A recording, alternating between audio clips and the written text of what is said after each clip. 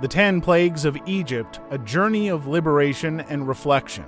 Imagine an epic confrontation between the power of an empire and the force of the divine, where the forces of nature, the gods of a nation, and the hardened heart of a king are challenged in extraordinary ways. The 10 Plagues of Egypt are not just a historical account, but a profound spiritual lesson that spans centuries, speaking about liberation, justice, and redemption. Prepare yourself to embark on this journey of reflections that connect the past to the present and lead us to question, what are we idolizing in our own lives? If you enjoyed this theme and want to dive deeper, don't forget to like, subscribe to the channel, and activate the notification bell so you don't miss any new content. Let's explore these timeless lessons together. The narrative of the 10 Plagues of Egypt, as described in the book of Exodus, transcends the simple account of miraculous events and divine punishments. It presents a deeply symbolic and complex confrontation between the creator of the universe and the oppressive power of humanity. The event unfolds as an epic of liberation, rescues, and a spiritual and ethical message that resonates through the ages. Each plague not only reveals God's absolute dominion over natural and supernatural elements, but also exposes the hardness and resistance of the human heart, symbolized by Pharaoh. His continued refusal to acknowledge divine sovereignty became a universal allegory for the systems of power that arise from oppression and injustice. Throughout this journey, God not only demands the physical freedom of the Israelites, but also challenges the structures of human authority that deny justice, inviting all people to reflect on their own attitudes of pride and obstinacy. This cosmic and spiritual drama begins with Moses, a man whose journey, filled with twists and turns, reflects God's plan for humanity. Moses, a Hebrew by birth, raised in the Egyptian court, experienced both the privilege and luxuries of power as well as the suffering of rejection and exile. He is a figure of reconciliation, symbolizing the bridge between fallen humanity and God's redemptive purpose. Initially, Moses hesitated, fearing his inability to confront Pharaoh, one of the most powerful rulers of his time. However, the divine calling is unquestionable. Moses was not chosen because he was exceptionally capable, but because in his weakness and insecurity, God could manifest his strength and wisdom. His mission, like that of any great leader, was more than merely leading a people in search of freedom. His task was to demonstrate, through his actions, that true leadership is anchored in fidelity to divine truth and commitment to justice. The confrontation between Moses and Pharaoh was not just a political or cultural dispute, it was a spiritual battle for the redemption of a chosen people and the revelation of the weakness of an empire arrogant and blind to its own idolatrous practices. As the plagues begin, Egypt, a meticulously structured and seemingly unbeatable empire, begins to crumble before divine intervention. The first plague, the transformation of the waters of the Nile into blood, presents itself as a direct blow not only to the Egyptian economy but also to its religiosity and worldview. For the Egyptians, the Nile was not only a source of physical life but a deity that brought fertility to the land. God transforms this symbol of abundance into an emblem of destruction, causing the Egyptians to experience the same lack of sustenance they depended on for their survival. This act of symbolic disarmament was not merely a punishment, but also a warning for all peoples, highlighting the illusion of control that humanity tries to exert over nature and the planet's resources. In the contemporary world, this first plague serves as a powerful reminder that the earth, its natural resources, and the life that depends on them are not unquestionable and immune to abuse. The impact of irresponsible exploitation and disrespect for natural forces is irreversible, and when these resources become unreachable or turn harmful, like the water transformed into blood, society itself can collapse. The second plague, where a massive invasion of frogs overtakes all of Egypt, highlights an unsettling truth. Even natural blessings can become unbearable burdens when we lose control over them. For the Egyptians, frogs were associated with fertility deities and represented essential blessings. However, this plague was not merely a demonstration of power over nature.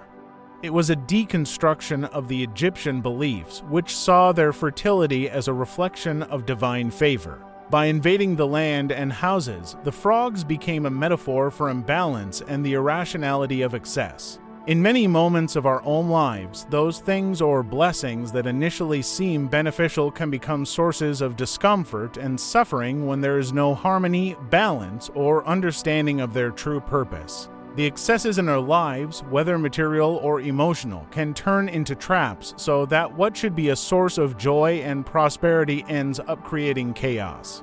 The third and fourth plagues, lice and flies, make us reflect on how small, seemingly insignificant things can invade our lives in ways that cause immense impact. The insect plagues, which affect personal hygiene and religious purity, highlight the vulnerability of Egypt's societal structures, which saw themselves as secure in their purity rituals and the maintenance of their tradition and authority. These small plagues make us realize how human fragility is exposed when confronted with forces beyond our control. The Egyptian empire, with its vast wealth and pride, suddenly finds itself helpless against the actions of the simplest creatures. In this context, a reflection emerges. Even the higher classes, who seemingly have all the answers, are susceptible to divine plans. When we, as human beings, distance ourselves from our spiritual origins and principles, even the values we thought were foundational can crumble. If this content makes sense to you, take the time to like, share with anyone you think will enjoy it, and comment your reflections below. Let's spread these messages together. Back to the video. The fifth plague, with the death of animals that symbolized the wealth and strength of the Egyptian civilization, invites introspection about what constitutes our security and identity. The worship of animals, especially sacred ones, reveals a culture that idolized material power and sought to reflect that power in dominance over nature. The blow to the destruction of the herds reminds us of the crises that follow when economic and cultural pillars are suddenly shaken. The death of the animals, which represented the sustenance and fertility of a nation, is the symbol of the decay of Egypt's self-sufficiency and serves as an echo that reaches us today. What is valuable, when not based on respect and obedience to the divine, can perish. As in Egypt, we are also challenged to reflect on our dependencies and on what, in our own lives, could be destroyed, not by divine will, but by the consequences of our own thoughtless choices. The sixth plague, the ulcers and tumors afflicting people and animals, symbolizes a turn toward the physical experience of suffering and human vulnerability in the face of life's trials. At this point in the narrative, the plagues become more than a warning to the external culture of a people.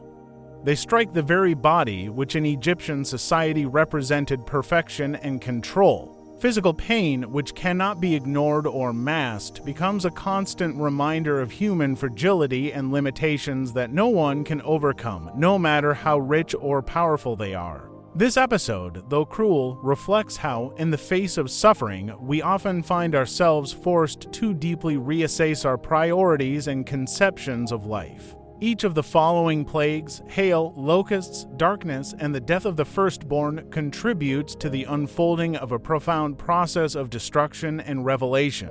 The hail and locusts reveal the vulnerability of human-built structures, the fragility in the face of natural disasters that man, arrogantly, believes he is capable of controlling or manipulating.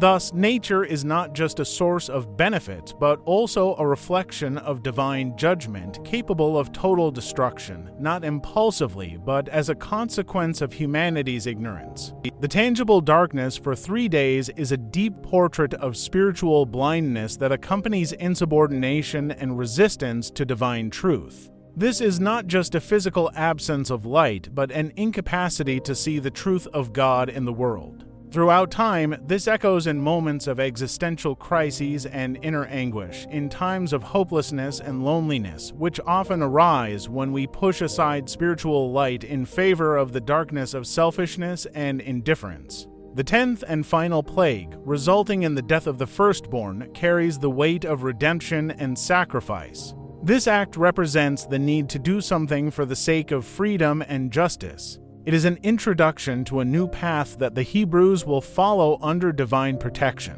The sacrifice of the Lamb, whose death allowed evil to pass over, is part of a deeply spiritual symbol representing salvation through the suffering of the innocent, something that will be represented in future religious traditions. Each plague that afflicted Egypt carries a timeless and transcendent lesson. It is not merely a specific judgment against a civilization of a distant time. It is an urgent and ongoing call for each generation to reflect on their choices, attitudes, and conduct. No matter how strong we feel or how immune we believe ourselves to be by trusting in our material or spiritual power, God continues to call for reflection. He challenges us to evaluate our obedience, our relationship with the natural world, our stance toward power structures, and, ultimately, our place before the Creator so that we can emerge from our own Egypts toward true freedom and eternal redemption. The 10 plagues of Egypt are not just supernatural events from the past, but an eternal call for us to reflect on our purpose, choices, and the path we are taking. May these lessons of liberation and redemption inspire us to seek the light, even in the darkest times, and live with more humility, faith, and hope. If this message touched you, share your reflections in the comments, send this video to friends and family, and help more people discover these transformative lessons. Oh, and don't forget to like, subscribe to the channel, and activate the bell to follow our upcoming content. See you next time.